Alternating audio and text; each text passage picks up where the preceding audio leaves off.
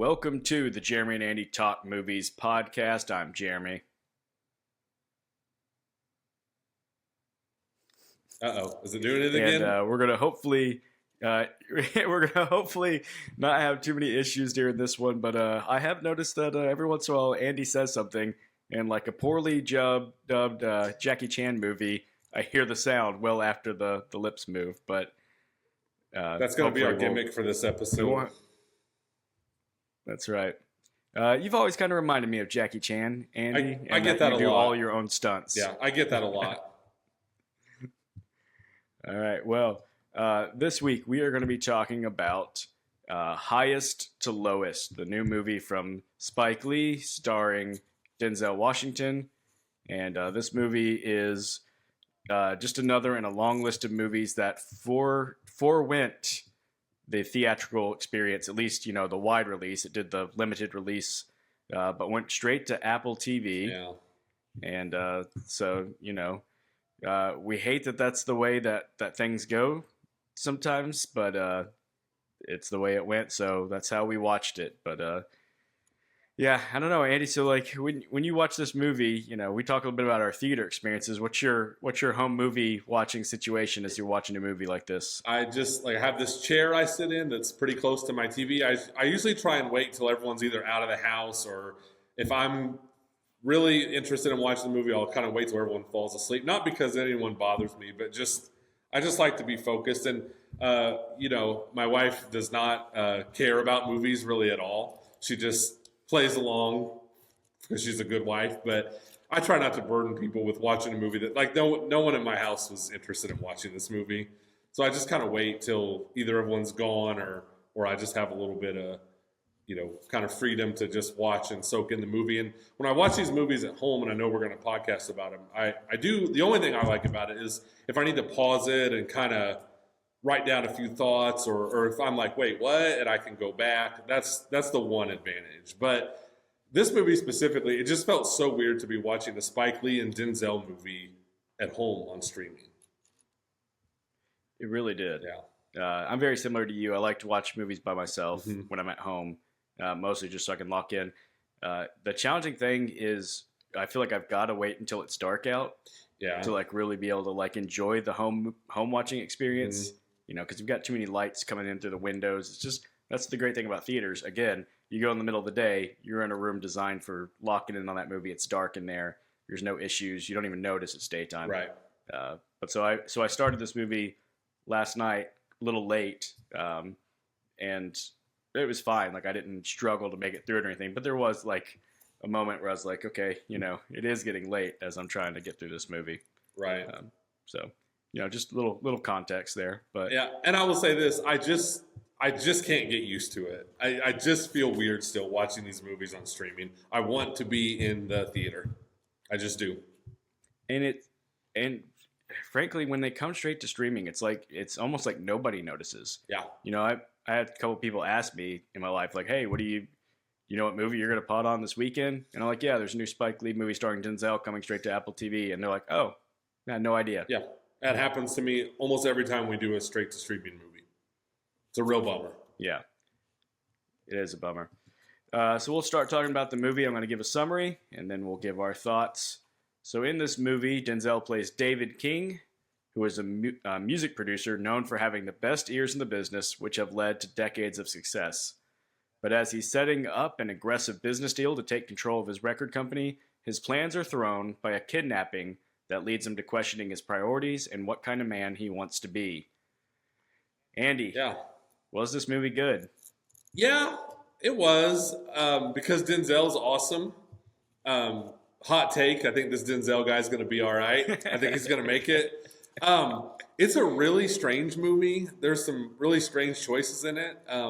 I liked Denzel enough, and I will say I never was quite sure where it was going. It kind of kept me on my toes a little bit. So that was enough to give me a thumbs up, but I will admit it's not a super enthusiastic thumbs up. It's kind of a sideways thumb.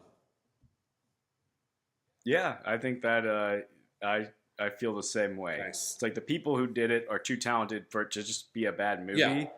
But it is a strange movie. It is very strange. I was like, I kept thinking, like I felt off balance watching it. Like I couldn't quite figure out what I was watching. And in the end, before like getting into specific spoilers, but it was just a lot more straightforward than I expected. I kept thinking, okay, what's really going to be happening is this and that, because I was like, something more has to be going on. And then like really there wasn't anything more going on. Right. And then the ending just kept getting stranger.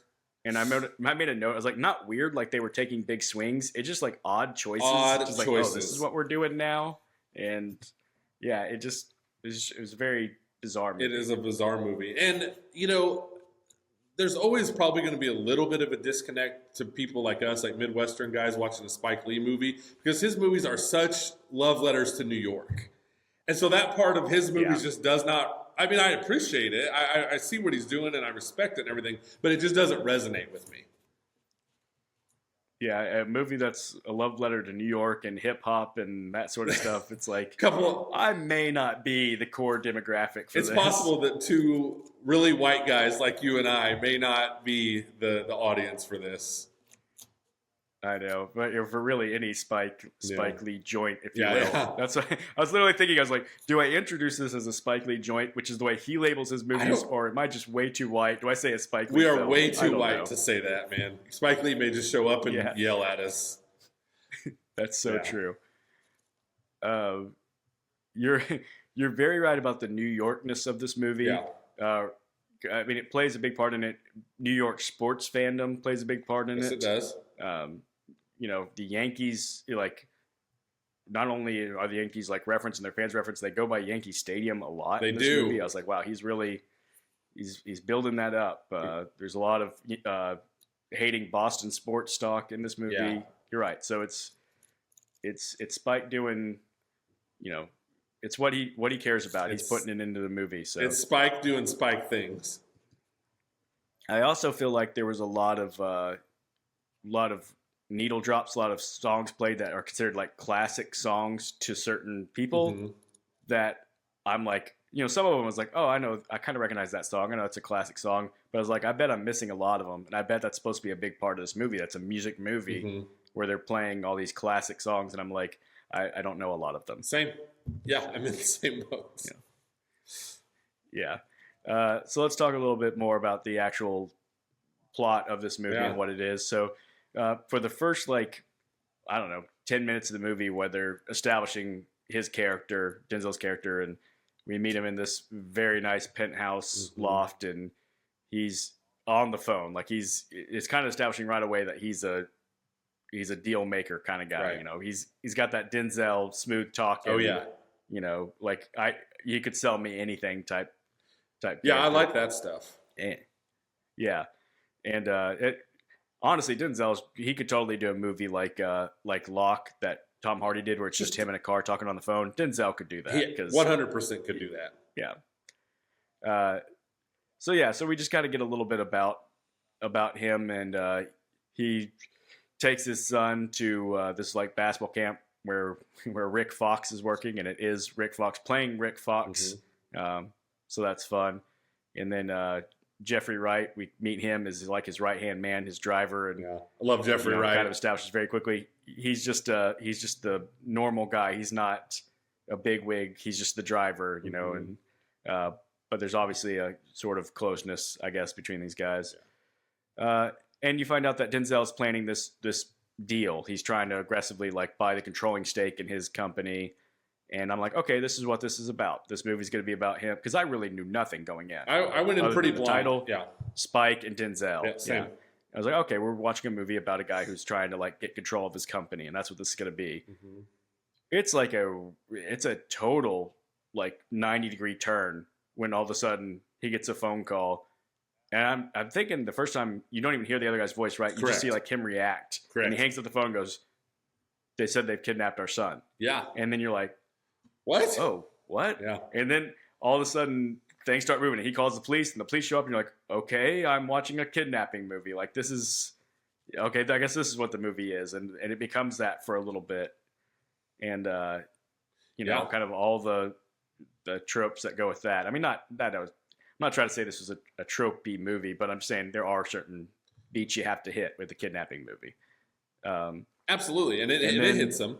yeah, there, yeah, there's some recognizable faces. Most notably, there's the Mayhem insurance guy is one of the Yeah. cops, and I've just got to say, he's not bad. So I feel bad saying this, but man, all I can think of is Mayhem insurance guy every time I see him.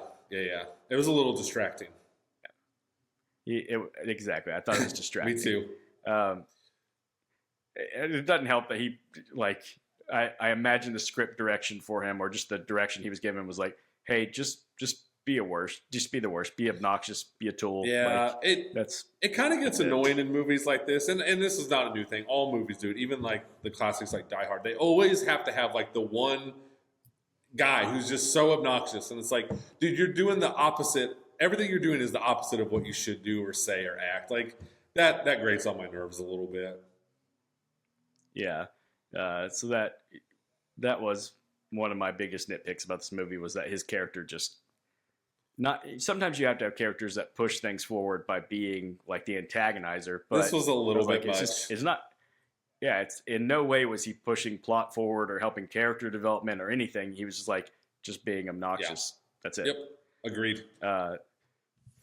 So then we get kind of our next big turn in the story because we find out that they find his son, and you kind of I do respect that they let you just get information kind of as things go. Like they don't so they get his son, and then Jeffrey Wright, whose son had also disappeared, he's like, where's my son? And that's when they reveal like, so that's who the kidnappers have. They actually thought they were kidnapping Denzel's son. They kidnapped your son on accident. Had to do with this headband incident where they switched headbands, or he took the headband from the kid. And you're like, okay, so now, it's Jeffrey Wright's son that's kidnapped. And that's where we start to get like, the movie becomes this kind of moral dilemma movie for Denzel's character of like, he was totally ready to pay the ransom for his son. But as soon as it's not his son, even though it's a close family friend, he's like, nah, it's, this isn't really my responsibility anymore. Yeah. And that was cool stuff. It's like, oh, okay. Like we're getting some new twist on kind of what feels a little familiar. So I liked all that stuff. Yeah. I honestly wish the movie was maybe a little more about exploring that particular thing. Cause I thought, okay, now this is what this is. It's a little more contemplative. It's going to be a little more character study-y, like what kind of man am I, and that sort of thing. And there are some interesting conversations about it and all, but it really doesn't linger on it as much as I thought it would. And it really doesn't investigate that stuff as much as I thought. And Denzel is the tricky baggage with Denzel is that even if Denzel is playing an unlikable character, he's so likable. Yeah. But I was never really certain, are we supposed to think he's an unlikable character? Like, was that even the challenge? Yeah. Is it like, hey, we're going to put Denzel in here, but he's actually not likable. He's not going to pay his friends' kids ransom, like that sort of thing. So, I don't know. Like, they kind of did some interesting things for the character, but they never really committed enough for me to be like, oh, they're doing really interesting things with this character. That's absolutely correct. I agree with you completely. And that's the thing, like, Denzel could pull this stuff off. And like, sure. we have such a long history with Denzel, like, we're willing to buy it. And it's like, because it had me thinking, they're like, I was the same as you. It's like, oh, that's where this movie is now. And I was like, I'll sit here and watch Denzel wrestle with like kind of these moral dilemmas and stuff. Like, I'm all in on that. And then it does kind of brush past all that quickly. Yeah. This is I'm trying to decide if I need to, at some point here, give a spoiler warning. It's a hard movie, I guess. I don't really think what you tell is very spoilery. Like, it's not a movie like a big reveal or anything. Right. But I guess just if you don't want to know what all happens, I'll put a spoiler warning right here as we start to get into the latter parts of the plot, anyways. But like I said, I don't think this is it's not a movie that depends on surprising you as an audience at all. Yeah. So eventually he gets convinced to pay the ransom for his friend's kid. And it really kind of comes down to the public perception thing. Like people convince him that like, hey, you just can't afford not to do this because the public's going to rip you apart if you're known as the guy who just let your son's best friend die because you're too cheap. Right. And of course, going back to the beginning, part of the reason he doesn't want to pay this ransom is all his money has been Right.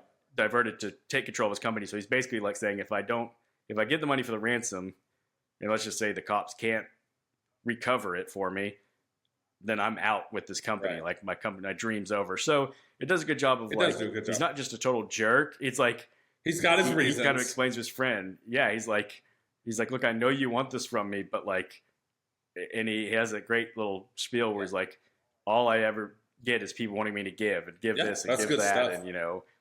and so like I said, I would have loved to just seen more Me and more too. of that Me because too. I thought that was the most interesting stuff of the movie By far. And then they have the whole drop off scene. He's got to get his money in this certain. I always love little tidbits like this. It has to be in the Swiss form, or whatever. And the great little exchange of why that, and the lady explains how much lighter it is. Oh. It's like if you were to have this much money in American dollars, it'd be like 300-pound backpack. Yeah, it's good stuff. And like, how are you going to get around? I'm like, oh, that's really That is cool. clever and cool. And so they got this. I really thought the long drop off scene was probably my least favorite part of the movie. Same. Because it really went on a long time. It did go on a long time. It really had a lot of parts that made it feel like something was going to be like happening or developing, but really nothing did throughout the whole thing. And I just, there were moments of that one where I was getting a little annoyed with the movie. Like, come on, let's go, let's get somewhere. But I'll say this: the whole time, my thought was, Denzel is actually behind all of this. And he somehow set up the kidnapping so that he'd have an excuse to liquidate all his assets and get all his money together, and maybe even like borrow money to buy back control of his company. And so like all of it was making me think that, and including at the drop where he drops the bag because the train gets like the lever, the emergency stop pulled, and he drops the bag. I'm like, that's all part of it, like so he can claim deniability. I thought the exchange of his son for his friend's son, where he could go through all the shenanigans of saying, I don't want to pay. So they'd have all this evidence of like, he wasn't too eager to do it, and at the beginning, he had the conversation with Jeffrey Wright in the car where he said, is what I'm doing crazy? And Jeffrey Wright's like, yeah, sometimes you got to do crazy things to get what you want. And I was like, oh, he's in on the plan. He's doing something crazy to get what he wants. And that's what I kept thinking was, this is what's behind all of everything. This is why the cops are kind of annoying and stupid, because they're going to show that Denzel's just outsmarting these stupid cops and all this stuff. And when none of that came to be the case, I was like, oh, this movie's like, it's not doing anything like really clever like that. Again, not that would even be the most original idea, because obviously I thought of it from having seen similar things in other movies, but I don't know, I don't know. I won't say let down because I wanted to be smart enough to have predicted it, but it was almost like I was let down because it's like, wow, there's really nothing more to it than just this straightforward, some idiot kidnapped a kid and that's it. Like, I don't know. I was let down because I was really like, oh, we're going to get like a Usual Suspects, the guy is limping and then all of a sudden he just starts like, I was like, that would be really cool for Denzel at this stage in his career to kind of pull that off and play that part. I was a little let down. Because I had the same thoughts as you. It was like, oh, he's kind of setting the stage to be able to get away with all this, and we're going to get like maybe even like the cool flashbacks or something of like, oh, kind of recontextualizes what he was saying earlier. And then we didn't get any of that. And it's like, I never want to judge a movie because it didn't do what I wanted it to do. But this was a time where I was like, man, I was kind of bummed by that. Yeah. A lot of times, when a movie does something different than you're expecting, you're like, great. Like, I'm so glad they did something original and something I would have never thought of because the surprise is great. And sometimes you're like, I can't believe my idea for the movie, I think, is actually better than their idea for the movie. I know, right? Yeah. I mean, even the part where he has the long phone conversation about the drop-off details, and at the end he's like, you guys can trace that, right? And they're like, we can't trace burner phones. And I'm like, he's doing a great job playing it up, but he totally knew that, didn't he? Right. And then that just, talk on a burner phone. Nope, not at all. Yeah. So we end up, the next clue we get is, as the police are grilling the kid in the hospital bed, his friend's son, when they recover him, or I guess the people just let him go, that he kept hearing this one song over and over again, and and he remembers a little bit about the lyrics. And of course, Denzel, being the music guy with the best ears in the biz, like starts listening through some music, and then he stumbles across a song that has those words. So he makes the connections, and once again, he goes in and has the kid confirm while the cops are talking, and the cops. This is again where they're just obnoxiously like incompetent in this movie, as they're like so dismissive of this connection he's made, and they're like, "We're doing real police work. Could you just? We'll get to your little lead in a minute." And you're like, "Okay, I guess." Like it seems like he has a pretty good thing he's onto right here. Maybe it's better than anything you got. Maybe go with it. This is where I realized that my thumb was going to be kind of like this last like 25% of the movie, and really starting with that where you're like, everything he said just makes complete and total sense. And like you said, it's definitely better than anything you guys have. And at this point, I found myself realizing like, this is just, I'm not going to be all in on this movie. Yeah. So then Denzel and Jeffrey Wright are like, "Hey, we'll take care of this ourselves." And I was like, okay, like once again, like, so this is where we're going with the movie. It's going to be them getting, they're going to go get revenge, or take things in their own hand. But it's not even really that. Like it just, every time I kind of feel like I'm picking up momentum for like, okay, this is what I'm going to get. And it doesn't really do that thing. Yeah. So again, not that it does, what it does is bad. It's just never quite, it's never going to scratch the itch you have. It's never going to quite do the thing you want. Yeah, because I was like, all right, cool. Denzel and Jeffrey Wright going on like this revenge mission. Like, cool. I'm all for that. And then, like you said, you're like, oh, okay, well, we didn't really get that. Yeah, Jeffrey Wright with his guns is hilarious. Yes. He has the initial one at first that he gives to Denzel, and then he pulls out the even bigger one. That was really good. Yeah, it was good stuff. But yeah, as soon as the I guess we'll call him the villain or antagonist in the movie shows up, which is A$AP Rocky, who is an actual musical artist playing young felon in this. Yes. As soon as he shows up, the movie, I feel like that's what I was talking about. It just starts getting really strange. Just odd choices. Very, very odd choices. I did not have a rap battle on my bingo card for, like what would go on in the climax of this movie. Yeah, so they have this long, kind of rapping and rhyming back and forth. That was weird, man. I don't know what either character's going for in the scene and trying to get out of it. Yeah, and then it ends. Yeah, it's weird. It's got to go down as just one of the strangest choices of the year for a movie. Yeah, then it turns into a chase scene in which, bless Denzel, he still does so many things at an A+ level.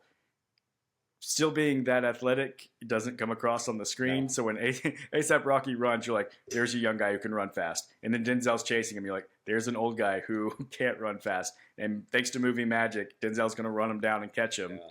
And then they're going to fight eventually. And Denzel's going to beat him up in some of the worst edited to cover the fact that this old guy can't really throw punches and kicks. That was rough. Fighting since The Irishman, like it was. That was rough. God bless Denzel. He's been a stud for years, but he's 70 now. Like he's literally 70, man. Like I'm sure he could beat me up right now, but we're maybe past the point of Denzel being able to convincingly pull this stuff off. That was rough. Yeah, and then. After that, it just continues to get weirder. It does. Because then it's like it was the young felon's final request to have one more conversation with Denzel. Yeah. And so Denzel goes to see him, but first there's like this little rap video interspersed in between, and then another long awkward conversation between them. Just everything about it was just, I don't know. It was so strange. It was really strange. It was like they were, it was like, I don't know if I want to say tone again, like we just talked about in our last episode, but it's like first, it's like straight up action, kidnap stuff. But then at the end, it felt like it was just trying to end on a very like prestige kind of note, with the, like just the editing and like you said, like this rap video kind of interspersed and stuff. And it just didn't land at all for me. Yeah. Yeah. It was, and again, like you said, with the prestige, it felt like it was a scene that was, I thought maybe going to be trying to say something about like the modern state of things and what makes things popular.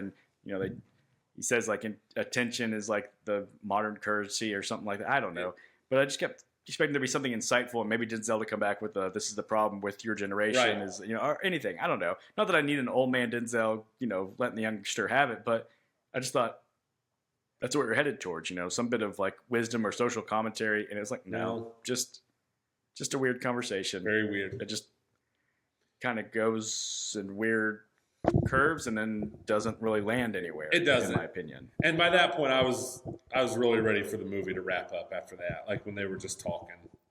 Yeah.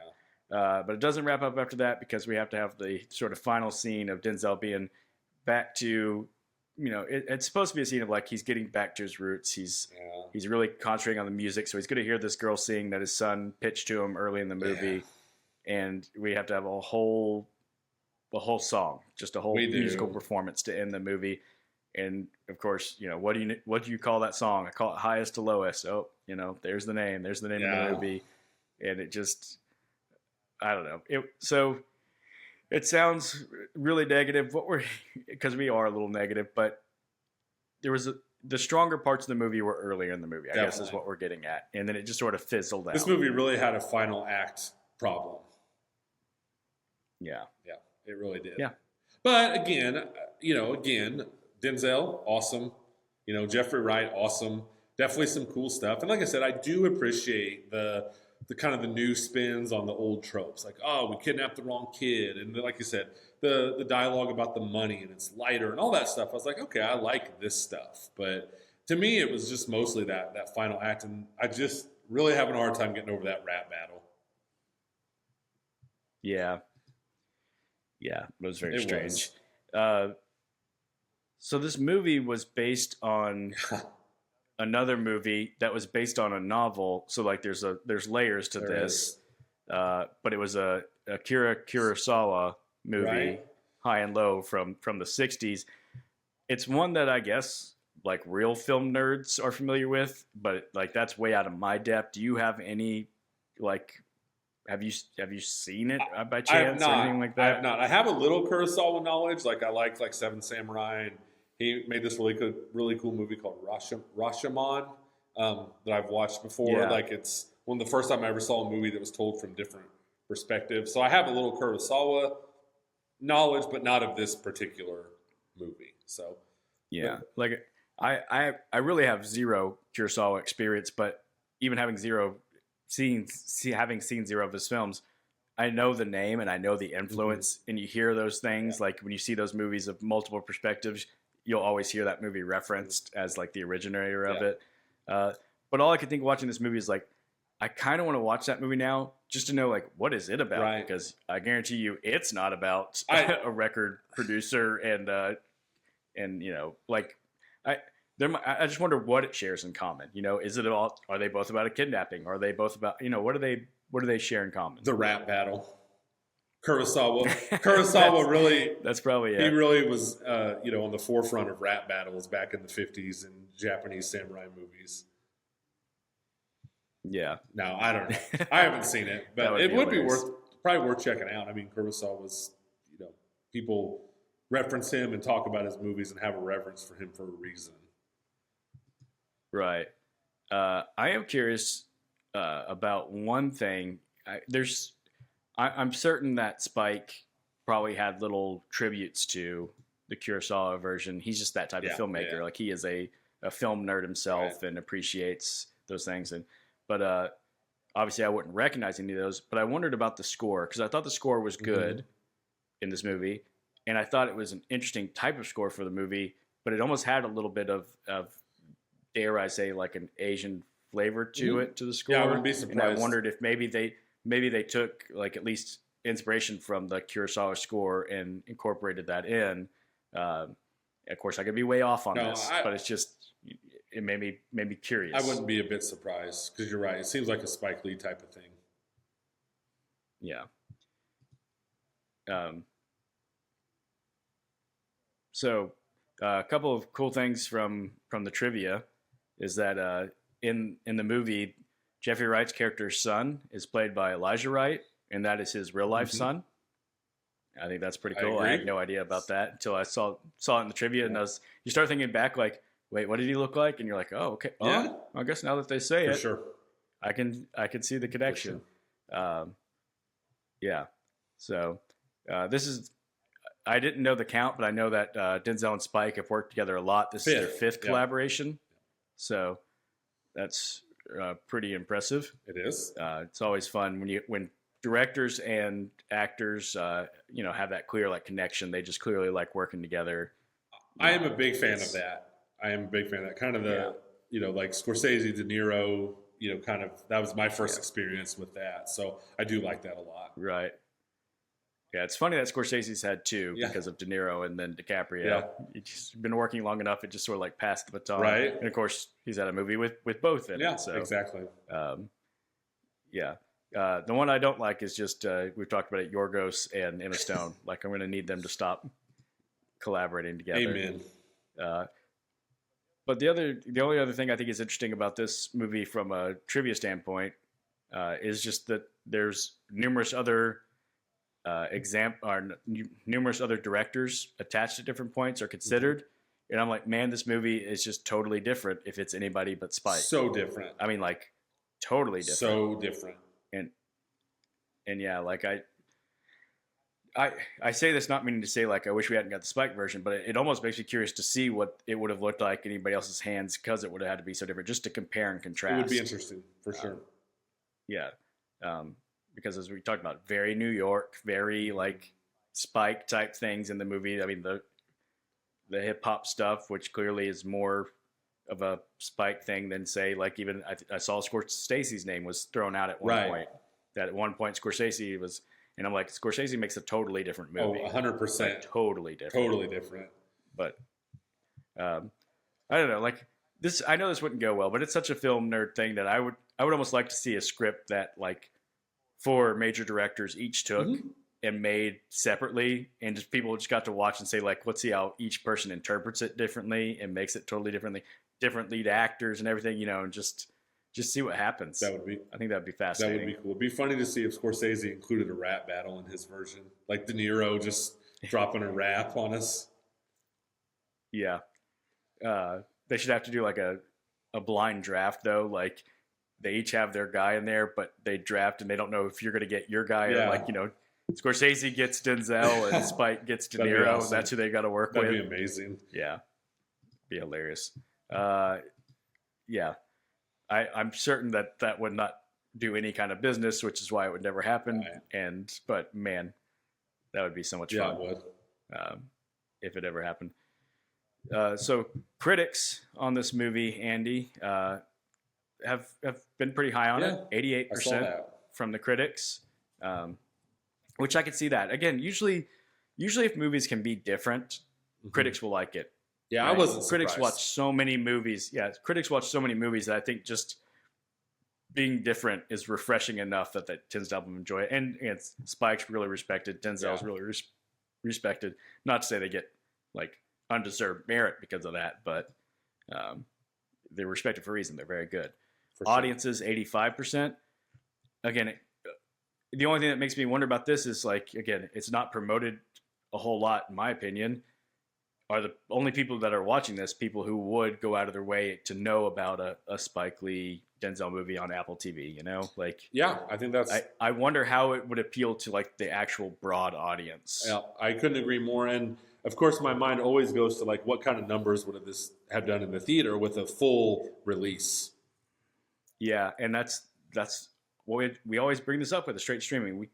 We hate that we can't talk about how well is this doing? There's no real way. There's to no measuring. You can give us streaming numbers, but it doesn't. Yeah, it means nothing. Doesn't mean anything. It means nothing. You could tell me it had a trillion streams, and okay, sounds good.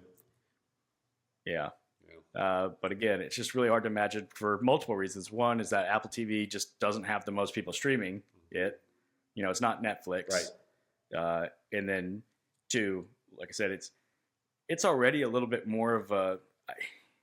It does have broad appeal in that it's Denzel. Yeah. But it's not necessarily like a all demographics type movie, or really what really drives demographics is teenagers. Yeah. Teenagers stream. Mm-hmm. That's why Happy Gilmore 2 gets the most streams, like ever. Well, because it has the nostalgia for old people, but mostly teenagers will stream stuff. And so I'm like, well, would a teenager just see this and stream it? I don't know. I don't know either. And this is why I hate streaming, because it just muddies the waters so much. It does. If this was just a straight theatrical release, we could look at the box office numbers and we could go, man, you know what? Denzel still got it. Or, we could break it down a little bit. But now we're just kind of shooting into the dark with this stuff. And I don't like it a bit. Yeah, I don't either. Do you think that this is going to have some like awards consideration for a film like this? I thought about it. I'm just not feeling it, Jeremy. I don't think it is. I know, I'm not even. And I could be wrong, because the Academy is strange. We've talked about it a lot on here. They're very strange. And it does feel like Denzel almost is in that category of like, if anyone was going to get a nomination for this performance, it would be Denzel. You know what I mean? Just because he's Denzel. But I'm not feeling it. I mean, I can guarantee you it's not going to win any big awards. And I'm not so sure it's even going to be nominated. Yeah, it's tough. I could see Denzel, like you said, just because he's Denzel. Because he's Denzel. It almost seems like one of those things. Like if Spike got nominated, it'd be more of a career thing. Yeah. Yep. And it could be, because we've talked about it. I'm not confident right now. I could come up with 5 movies I think that the Academy would acknowledge, at least for directing. I mean, I could come up with 5 I would, but Same. A lot of them I know that the Academy's not going to feel the same. So I don't know. I'm not holding my breath for a whole lot of nominations for this. Yeah, I'm not either. I think in the end I was. It's not a bad movie, but I was disappointed. Yeah, was really hoping we were going to have like a cool Denzel hit on our hands. Me too. And Denzel is to the point in his career, like, this is not going to hurt him one bit. Like, he's, like, to use like the Scorsese Mafia term, he's a made guy. Like, he's fine. Yeah. He's Absolutely. fine. And like I said, he's, of course, I mean, I think Denzel is just literally incapable of giving a bad performance. And so he comes out of this movie just fine. Yeah. It does make me wonder, like, it just continues to kind of confirm for me that I think when Apple TV puts things straight to streaming, it's a sign of no confidence, because they will put movies in theaters. Yeah, they did it this year with F1. Yeah, so it makes you wonder if they saw it and they go, just put this one. I think, let's kind of, we said the same thing about Wolves last year, where it's like, how do you put a movie with Brad Pitt and George Clooney straight to streaming, and then when you watch it and you go like, that's fine. Okay. But maybe that's, maybe that's why. That's a great comparison. Yeah. Well, Andy, that's going to kind of wrap up our conversation about highest and lowest. But I did want to ask you, because I'm assuming you got to the theater to see The Conjuring. I sure did. And, I'm going to have zero thoughts on this, but I just wanted to give you an opportunity to give a little of your thoughts on The Conjuring movie. Loved it. What's it called? The Conjuring? Last Rites. Last Rites, okay. Loved it, Jeremy. I loved it. I went on a Friday night to the IMAX, really full theater, and it really gave off those old school, like, I'm at the movies on a Friday night kind of vibes, and the audience was engaged. And, of course, it's a scary movie, obviously, so there was people screaming and jumping, and it just hit all the right notes. I saw where it's getting kind of mid-reviews. I thought it was fantastic. Patrick Wilson and Vera Farmiga are so good in these roles as Ed and Lorraine Warren. I don't know anything about Ed and Lorraine Warren in real life, but they are so good and so likable. And it's the 4th Conjuring movie. It's like the 9th or something Conjuring universe movie. So you got a lot of history with them in these roles. And this movie really takes its time and focuses a lot on them and their family and them kind of getting older and trying to get out of the ghost hunting, whatever they do, game. And it really is kind of a sweet movie in a lot of ways, when it comes to those two. And I was just a big fan. And most importantly, it absolutely lit the box office on fire. Okay. Well, you tell me a little more about that. I will tell you about it. It opened to $83 million just in the U.S. Earlier this week, the projections were like 40. So it doubled them. It is the third domestic U.S., third highest weekend ever for a horror movie. and it opened worldwide to like $187 million, which is the biggest worldwide opening ever for a horror movie. So it absolutely lit the box office on fire. Like, which is funny because, like I said, I was looking like at Rotten Tomatoes and different things, and a lot of reviews were like, it's okay, but people just flocked to see this movie. I mean, it's already well into profitability, and big win for theaters, big win for horror, and I really enjoyed this movie. Well, I'm glad to hear it, Yeah. Andy. Like we always say, we want movies to be good.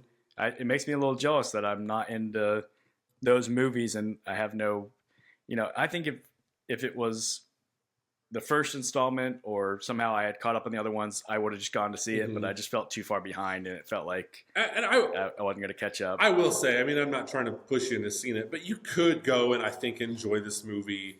Like, it's not a deep-rooted mythology or anything with these characters. I mean, you're going to get the gist of it. But, just as someone who has seen, I think, almost all these movies in the theater starting in 2013, it was kind of cool to see it, like, because it's being presented as, like, the last time that Vera Farmiga and Patrick Wilson are playing them. Now that it's made $1 trillion, that might change, as often happens in Hollywood. So it's like it was fun to have the history with these movies and with these characters. So you would miss out on that. But look, the Conjuring movies, we talked last episode about almost every movie we talked about, the tone was off.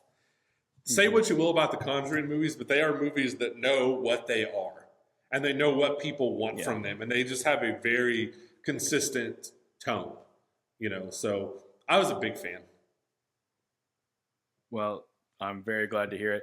You were right about critics feeling a little differently than you did, or audience have. On Rotten Tomatoes, 56% from critics, but 79% from audiences. So, we said it. Critics are coming around more on horror movies, but there's still a little room for growth there. There is. And look, I'm not even arguing. I'm not saying anyone should be like, this is an absolute masterpiece. I'm just saying, for me, on a Friday night, we're getting into the fall. All the ingredients were there. It's like, man, I just want to have this movie give me some good scares, and the Conjuring movies do a great job of having that dread kind of over them. But I'm telling you, it's a really good balance with kind of this, like I said, this sweetness about it of the Warren family, and I think they're both great. But Patrick Wilson is so likable in these roles.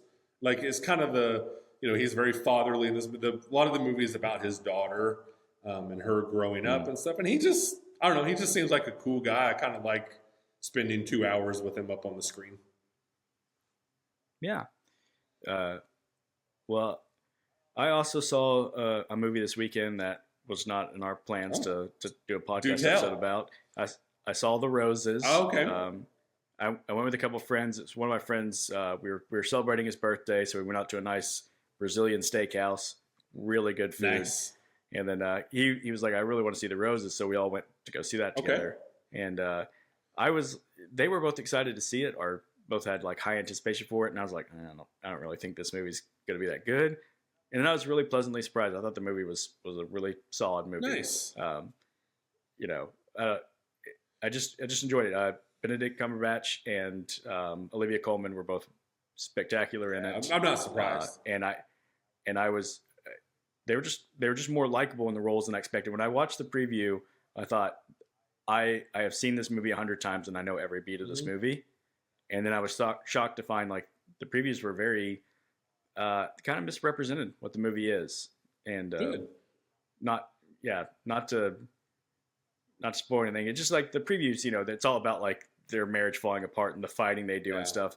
And the movie's actually just all about their entire relationship from like beginning to end. And it doesn't even like really go south till like the latter parts of the movie. So everything you see in the previews, like latter parts of the movie. And I'm like, okay, like it is more of like an enjoyable just story, of the life of this relationship.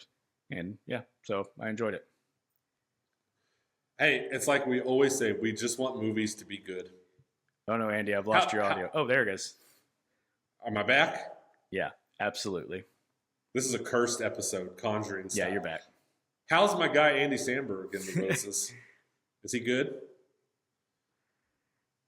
He is good.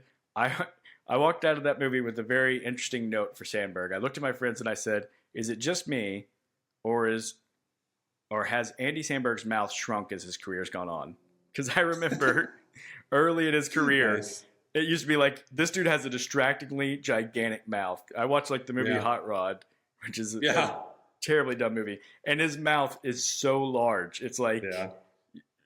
like a comic drawing or something. Right. And it's like I said, it's weird that I'm watching this movie and going, I don't even notice his mouth until I remember that's Andy Samberg. And like, didn't he used to have a comically large mouth? I don't know. It's just such a random thing to think about. But That's funny. yeah, And I have a confession for you. I kind of like Hot Rod. I do too. It's A so big part of it stupid. is that, yeah, when you have friends who really like it, it's one of those ones that you quote and you kind Yeah. of like learn to love it more so because of like your shared laughter over the dumbness Yeah. than even just the movie itself. Yeah. It's kind of hard not to root for. It's so stupid.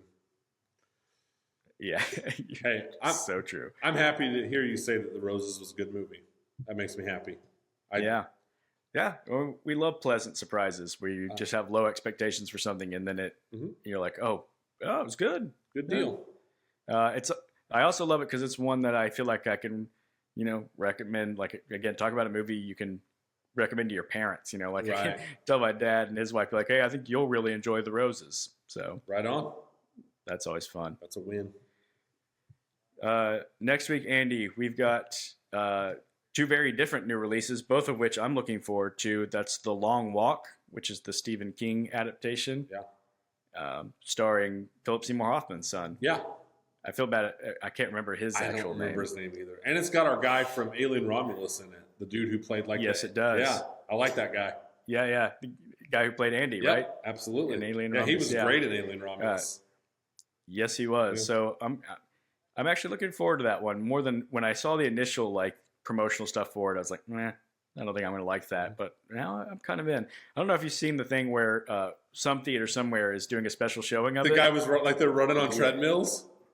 Yeah, they've got to walk at that same pace Yeah. on a treadmill, and if they stop, they're thrown out of the theater. Epic. I'm like, that's brilliant. Brilliant I marketing. almost want to try it, except for that I probably wouldn't make it. I wouldn't and make that would it- drive me I crazy. wouldn't make it 'cause through I the have to see the previews. end of the movie. I wouldn't make it through the That's- Nicole Kidman commercial. Yeah, that'd be tough. Yeah. And then the other movie that's coming out is Spinal Tap 2: The End Continues, which I just really hope is one of the best comedies of the year because That'd be nice. I like to go to the theaters and laugh, and so we'll see if that manages to do it. Yeah. So I don't know. Maybe we'll get a chance to do a 2-episode recording on Sunday, or we might just have to do whichever one we can get to, Sure. and then make up the other one later. I don't know. I'm gonna try and it's just see nice both. to know we got movies. We got movies to talk about, and then it just keeps coming. We got Him, which I know you've been looking forward to, is the week Looking after, forward to that. and then the month ends with Leo in One Battle After Another. So Yeah. I feel like it's a pretty good September lineup. yeah, Mhm. I agree. I'm always So, in on Leo, let alone Leo and PTA or PTA directed movie. So yeah, I'm very intrigued by so that am one. I. I'll put it So that am way. I. All right, Andy. Well, this was a lot of It fun. was fun. And sometimes we end an episode and I think that was a good conversation, but like, man, we got to find more things to disagree about. I know we get along too well, don't we? We do. But in all seriousness, I love that about our dynamic. Yeah. Great minds think alike. Yep. That's right. All right. Well, if you've seen Highest to Lowest, everybody, please let us know. Or let us know what you thought about The Conjuring or The Roses or really any movie that's come out in the last few weeks. Yeah. Let me Be happy know. to hear your thoughts Let about me it. know if I'm overrating The Conjuring, because with the 55 and what was it, 78, 79% audience score, like, am I overrating it? I thought that was fantastic. So let me know. Yeah. Let us know. And then we will see you guys next week. See you next week.